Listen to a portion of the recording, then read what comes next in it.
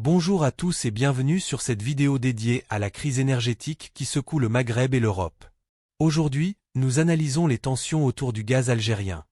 Le président Tebboune ferme la porte au Maroc et l'Espagne rejette les demandes royales. Des développements récents ont exacerbé les frictions diplomatiques. Nous explorerons les faits, les positions des pays impliqués et les implications géostratégiques. Abonnez-vous pour plus d'analyses. Allons-y. Ces derniers jours, le dossier gazier entre l'Algérie et le Maroc a connu des rebondissements majeurs, alimentés par des échanges diplomatiques tendus. D'après des rapports de presse algériens et espagnols, Alger a adopté une stance intransigeante. Interdiction totale de tout acheminement de gaz vers le Maroc via l'Espagne, que ce soit par voie directe ou via le système de flux inversés. Ce mécanisme était vu par Rabat comme une solution de repli pour pallier la perte du gaz reçu autrefois grâce au gazoduc Maghreb-Europe, fermé depuis 2021. L'Algérie a notifié formellement Madrid que toute réorientation du gaz vers un tiers, particulièrement le Maroc, équivaudrait à une rupture de contrat, menant à l'annulation immédiate des accords avec Sonatrach. Cela place l'Espagne face à un dilemme crucial. En réponse, le gouvernement espagnol a publiquement affirmé qu'il n'interviendrait pas en médiateur pour le Maroc et qu'il bloquerait toute utilisation non conforme du gaz algérien, surtout suite aux avertissements fermes du ministère algérien de l'énergie. Les médias ibériques rapportent que le Maroc misait sur l'Espagne pour relancer des négociations avec Alger, visant soit la réactivation du gazoduc, soit l'achat indirect d'une portion du gaz. Pourtant, malgré un semblant de rapprochement hispano-marocain sur d'autres fronts, Madrid a opté pour la prudence, évitant tout risque de conflit avec l'Algérie, son fournisseur énergétique clé. Cette réserve s'est manifestée lors de la récente visite d'un ministre marocain en Espagne. Boycott par plusieurs ministres locaux, et un accueil minimal du Premier ministre Pedro Sánchez, sans conférence de presse conjointe. Les observateurs espagnols ont été surpris par cette froideur, y voyant un signe de tension sous-jacente et une stratégie pour ne pas froisser Alger. Les discussions bilatérales ont été circonscrites aux thèmes économiques et commerciaux, excluant les sujets épineux comme Ceuta et Melilla, le Sahara occidental ou le gaz. Alors que Rabat voulait aborder ces points, l'Espagne a priorisé la stabilité avec l'Algérie, rétablie après la crise de 2022. En parallèle, des experts soulignent qu'une visite du président Abdelmadjid Tebboune en Espagne est imminente, visant à booster la coopération énergétique et économique via de nouveaux pactes. Cela s'inscrit dans l'élargissement des alliances algériennes avec la Chine, la Russie, l'Italie, l'Allemagne et l'Espagne, renforçant son influence régionale. Le Maroc, face à ces évolutions, rencontre des obstacles diplomatiques accrus, surtout après ses efforts pour contrer l'ascendant algérien. Alger insiste sur le fait que la coupure de gaz au Maroc, il y a quelques années, ne visait pas le peuple marocain mais servait de mesure dissuasive contre des politiques perçues comme hostiles du régime de Rabat, accusés de nouer des alliances contraires aux intérêts algériens. Les positions figées sur le Sahara occidental et le Maroc défendant son contrôle, l'Algérie prônant l'autodétermination rendent tout dégel bilatéral improbable à court terme. Ces événements mettent en exergue la complexité des liens entre Maroc, Espagne et Algérie, où le gaz joue un rôle pivotal dans les équilibres régionaux. Avec les mises en garde répétées d'Alger et la réticence espagnole à risquer une nouvelle crise avec son principal pourvoyeur d'énergie, il paraît évident que le Maroc doit se résigner. Une reprise des livraisons de gaz algérien ou la relance du gazoduc semble improbable, malgré les pressions.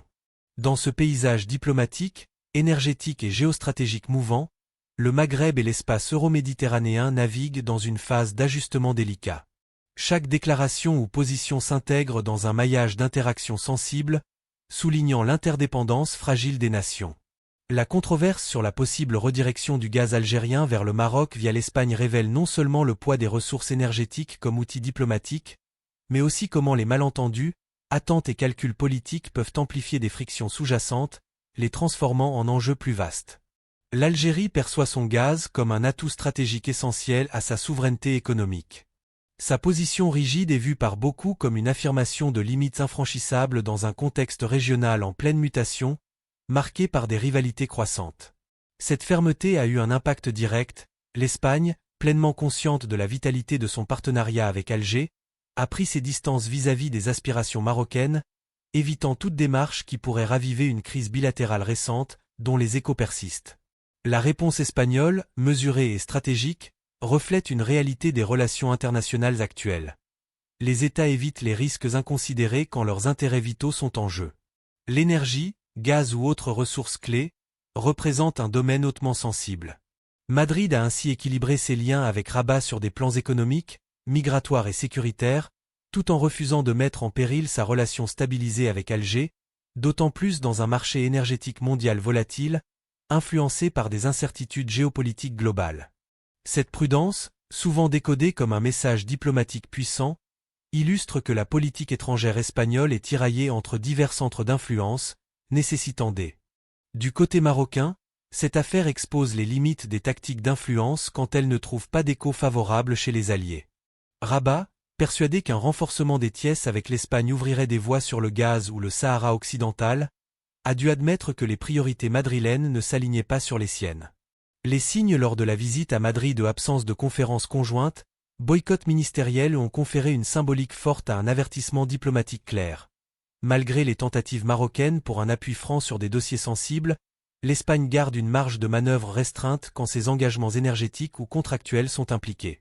Simultanément, l'Algérie, boostée par une diplomatie revigorée et des partenariats élargis avec la Chine, la Russie, l'Italie et l'Allemagne, consolide sa stature stratégique.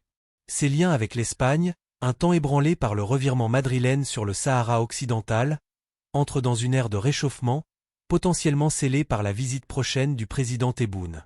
Cette rencontre, attendue par les médias, pourrait approfondir les collaborations en énergie, industrie et technologie, positionnant l'Algérie comme un pilier incontournable de la sécurité énergétique européenne.